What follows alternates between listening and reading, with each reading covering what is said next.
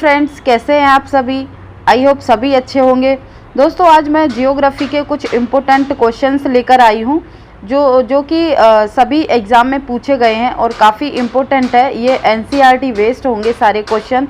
तो चलिए बात करते हैं कि जो आकाशगंगा यानी मंदाकिनी है, मंदाकिनी को किसने सबसे पहले देखा।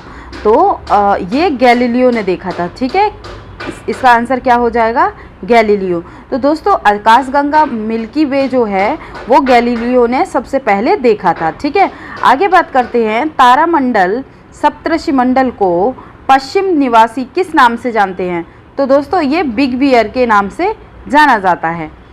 नेक्स्ट देखते हैं, यदि कोई तारा सूर्य से बड़ा है, यदि कोई तारा सूर्य से बड़ा है किंतु उससे दोगुना बड़ा नहीं है, तो वह किस में परिवर्तित हो जाता है, यानी किस में परिवर्तित हो जाता है। तो दोस्तों, ये पल्सर में परिवर्तन हो जाता है, यानी पल्सर में चेंज हो जाता है वो। ठीक है, नेक्स्ट देखते हैं, उर्सा मेजर अथवा बिग बियर। दोस्तों, उर्सा मेजर जो है उसको ही बिग बियर बोलते हैं। ठीक है, इंग्लिश में बिग बियर बोलते हैं। तो ये होता क्या है ये। तो दोस्तों, ये एक प्रकार का नक्षत्र मंडल है। ठीक है दोस्तों, क्या है, नक्षत्र मंडल है ये। आगे देख लेते हैं, उर्सा मेजर नक्षत्र को भारत में किस नाम से भी जाना जाता है। तो दोस्तों, जैसा कि यहाँ बताया गया था कि सप्तर्षि मंडल है ना, सप्तर्षि जिसे बोलते हैं। तो दोस्तों, इससे उर्सा मेजर का ही पार्ट माना जाता है।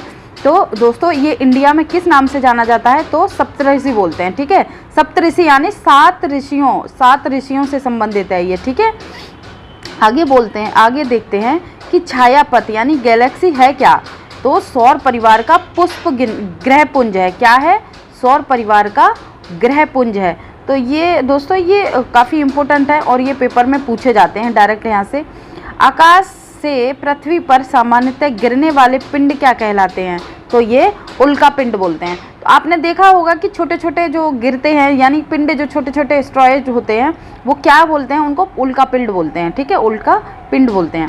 नेक्स्ट देखते हैं, किस प्रक्रिया के कारण तारे स्वयं चमकते हैं या किसी प्रक्रिया से तारे अपनी ऊर्जा प्राप्त करते हैं। तो दोस्तों, ये नाभिकीय संलयन के कारण ये चमकते हैं। ठीक है, आगे बात करते हैं, तारों के कारण घटित आकाशीय परिघटना क्या होती है, मतलब कौन है, मतलब ये कह रहे हैं कि तारों के कारण घटित आकाशीय परिघटना कौन है।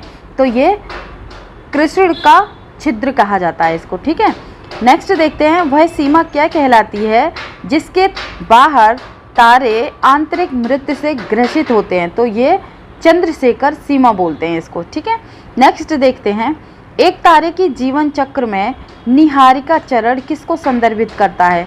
तो दोस्तों, ये निहारिका होती क्या है, क्या बोलते हैं, ये लाइफ जो सर्कल है वो क्या बोलते हैं इसको। तो दोस्तों, ये धूल और हाइड्रोजन का एक बादल बनाते हैं। ठीक है, आगे देखते हैं, मध्य रात्रि सूर्य का क्या अर्थ होता है, यानी जो मध्य रात्रि सूर्य होता है उसका अर्थ क्या होता है। तो दोस्तों, ये सूर्य का ध्रुवीय वृत्त में देर तक चमकना ही ये मध्य रात्रि सूर्य कहलाता है। ठीक है, सौर मंडल का सबसे अधिक गर्म कौन सा है, मतलब जो सौर मंडल का सबसे अधिक जो है, सबसे ज़्यादा गर्म कौन सा है।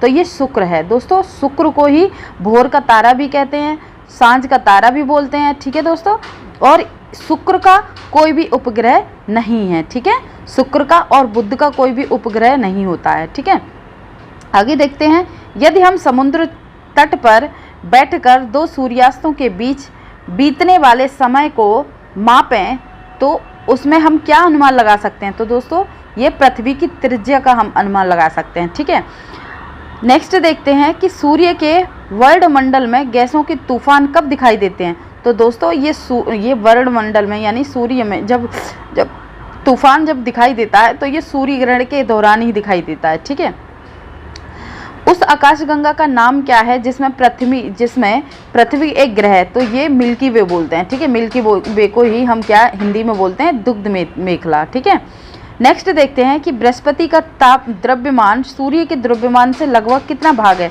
तो सूर्य के द्रव्यमान का 1000वां भाग कहलाता है ये, यानी बृहस्पति सबसे बड़ा ग्रह कौन सा है, बृहस्पति ही है। और सबसे ज़्यादा धब्बे वाला जो कहा जाता है कि धब्बे वाला ग्रह कौन सा है, तो दोस्तों ये बृहस्पति को ही माना जाता है। ठीक है, सूर्य के सबसे निकट कौन सा ग्रह है, तो जैसे सूर्य हम बना लेते हैं, सूर्य के सबसे 4 ग्रह बिल्कुल आंतरिक होते हैं और 4 ग्रह बाहरी ग्रह बोला जाता है। ठीक है, तो आंतरिक ग्रह जो है उसमें सबसे निकट जो है, सूर्य के सबसे निकट क्या होता है, सूर्य के सबसे निकट बुध होता है। ठीक है, क्या होता है, बुध होता है। ठीक है, आगे बात करते हैं सुपरनोवा क्या है, तो दोस्तों ये सुपरनोवा जो है विस्फोटित तारा कहा जाता है इसको। ठीक है, ब्लू प्लेनेट किसे कहते हैं, तो दोस्तों ब्लू प्लेनेट किसी और को नहीं, ये पृथ्वी को ही कहा जाता है। ठीक है, यानी अर्थ को कहा जाता है। ठीक है, सूर्य से पृथ्वी को प्राप्त ऊष्मा को क्या कहते हैं, तो दोस्तों ये आत्मपतन कहलाती है। ठीक है, आत्मपतन कहा जाता है इसे। सूर्य की बाहरीतम या सबसे ऊपरी परत को किस नाम से जाने जाते हैं, किस नाम से जानते हैं, तो क्रीट कोरोना कहा जाता है उसको। ठीक है, नेक्स्ट देखते हैं बृहस्पति के 4 गैलीलियन उपग्रह कौन से हैं, तो ये यूरोपा है, लो है, गैनीमेड है और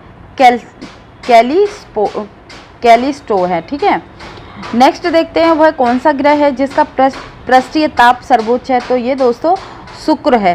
तो आपसे डायरेक्ट ये क्वेश्चन पूछा जाए कि सौर मंडल में सबसे गर्म ग्रह किसे को कहा जाता है, तो दोस्तों ये शुक्र को कहा जाता है। ठीक है दोस्तों, सूर्य ग्रहण कब होता है, तो दोस्तों जब सूर्य और पृथ्वी के बीच में चंद्रमा आ जाए तब सूर्य ग्रहण होता है। ठीक है, सूर्य ताप का पृथ्वी पर असमान वितरण मुख्य किसके कारण होता है, तो पृथ्वी का गोलाकार आवृत्ति, यानी पृथ्वी हमारी कैसी है, गोलाकार है। ठीक है, गोलाकार है हमारी पृथ्वी, तो जिसके कारण असमान उसका वितरण मिलता है उसे देखने को।